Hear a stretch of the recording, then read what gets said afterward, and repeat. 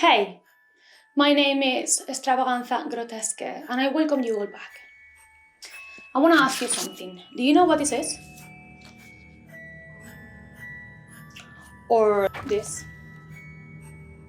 Or this? Yeah, it's a kid. And we all know from watching scary movies that children can be the most scary thing ever, right? Remember the kid from The Omen? Or the entire village of the Dam? Or even the girl in The Exorcist, which I have a video talking about it, by the way. I'm gonna link it here. Yeah, kids are scary because thinking about them in any other way of just like little pure, innocent and happy creatures feels wrong. Maybe we as adults are more entitled to be evil because we all had traumas and, past horrible stories and, all that jazz. But children are just not supposed to be evil. So when they are the scariest thing ever. It's just wrong. But let me tell you a secret. Children can be evil, and today's story is precisely about one of those creepy little sinister things. Around 50 or so years ago, Andres and his wife Antonia were doing their best in order to get by with their big family of 10 children. They lived in Murcia, which is a region of Spain that at the time was quite poor. The father worked in construction with their two eldest sons, Juan Antonio and Manuel, who were 16 and 14 respectively. The mother, who was pregnant at the time of the events that I'm going to be telling you, worked as a cook, and she also did other random small jobs around the neighborhood. The next in line was Piedad. She was 12 years old and she was the one in charge of doing all the housekeeping and looking after the youngest siblings. Also, in order to get some coins on the tables, he did some little polishing jobs, like he was polishing like motorcycle parts. Jesus, Cristina and Manuela, who were 10, 8 and 6 years old, also helped her with the polishing jobs, and the other 4 smallest siblings were just way too young in order to do anything. They were just like babies that were just being looked after, really. So yeah, they were quite a big family. On the 4th of December 1965, the youngest baby, Maria del Carmen, who was only 11 months old, stopped breathing. By the looks of it, the doctors concluded that maybe she died because of meningitis, which it was strange because she was perfectly healthy the day before, but because they had another son that died in the exact same way 5 years before this, they were like, okay, it must have been this.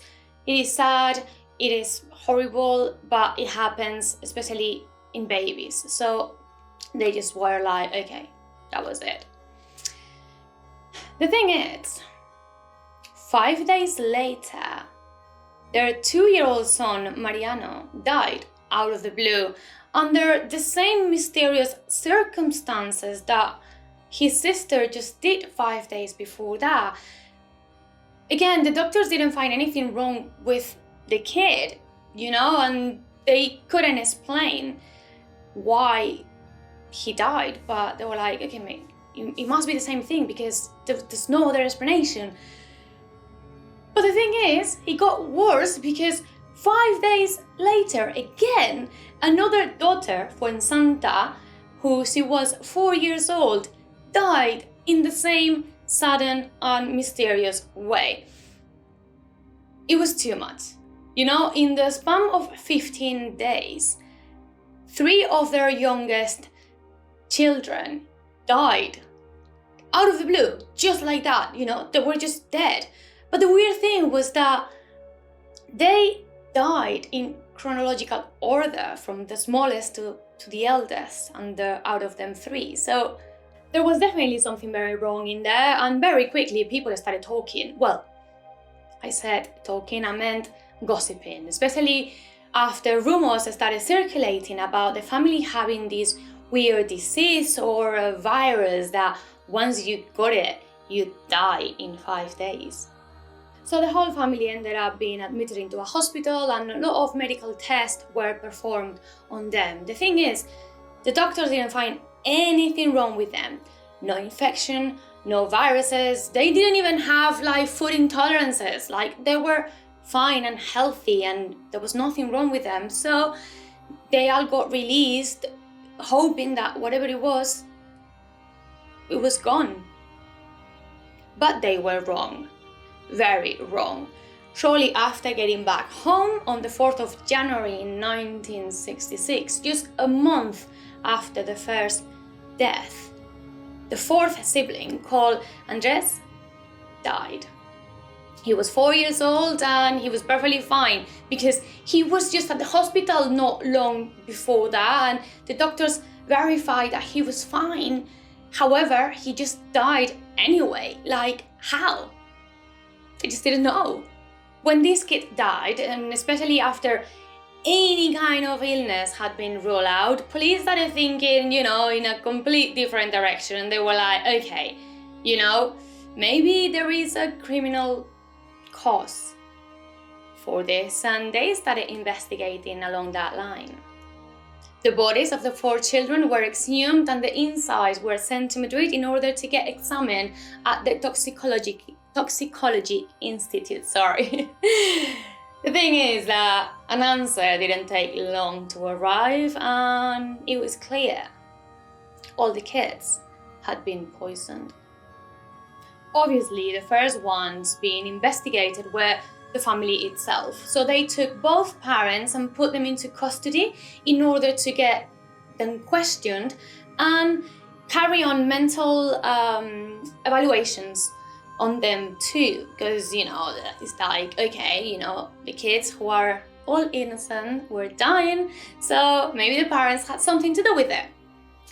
The thing is, as they were investigating and getting to know the family a bit more, they got to know that the one member of the family that was in charge of looking after the kids and feeding the youngest ones was the 12-year-old daughter, Piedad.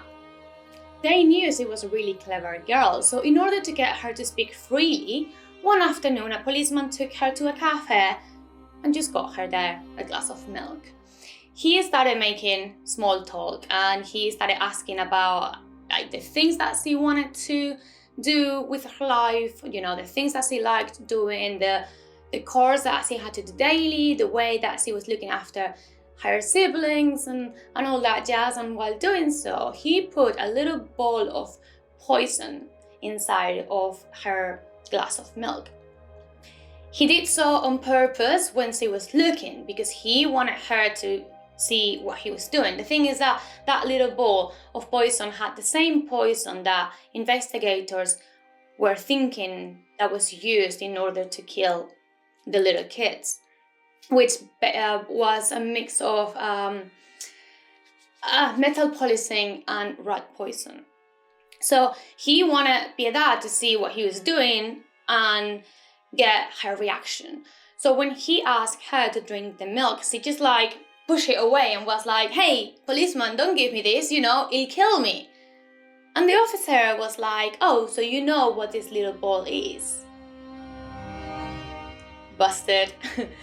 So he then asked her, "Okay, so if you know what this is this what you used to kill your siblings?" After that, the girl, without hesitating, she just started confessing having committed the crimes. She said that she killed the first 3 of her siblings because her mom told her to do so. But then she just killed the 4th because she just wanted to do it. So the police kept investigating and they came to the conclusion that her mom did not have anything to do with it, that it was just Piedad that killed her siblings all alone. She planned it, she executed it, and she did it all on her own. The parents didn't have anything to do with it. And remember, this was a 12-year-old kid, yeah? Remember when I said that kids were evil? The thing is that when they asked her what was the reason, of doing that, what was her motive for killing her siblings, she just said that she wanted more free time for herself, and that she wanted to play with her friends. And because she had to look after her siblings, she didn't have any free time, and she just couldn't deal with it anymore, and she wanted to get rid of them because she wanted to go outside and play. A psychiatric evaluation ruled out that she was perfectly normal, and therefore she was completely responsible of her actions. They did say, though, that she was a psychopath and that she could be suffering from what is called the caregiver burnout, which is basically a state of physical, emotional, and mental exhaustion from looking after people for a long period of time, which, it makes sense, She had a lot of responsibility for being a 12-year-old kid, but that doesn't mean that you have to kill your siblings. You could just tell your mom and ask for help, or I don't know. Yeah. Maybe it was just because she was a psychopath, because kids are evil. After the trial, because Piedad was a minor, she was sent to a convent that specialized in problematic girls, because that's what they did back then. The thing is that once she got there, apparently she was the nicest and the happiest girl ever, because, now she had the time to do whatever she wanted. Anyway, nobody knows what happened to her after that. Some people say that when she got out, she changed her name and she went on to have just a normal life. But some others say that she eventually became a nun and that she is still in the convent repenting for her sins. Anyhow, if she were to be alive today, she must have been around 70 years old. But with this, we've reached the end of this story. I hope you enjoyed it, and if you do, please don't hesitate to leave a comment to let me know what you think. Also, if you like the content, don't forget to subscribe. And if you want some more true crime and horror movies and all these weird and dark and sinister content, please come back. Thank you so much for watching, and I'll see you all next time.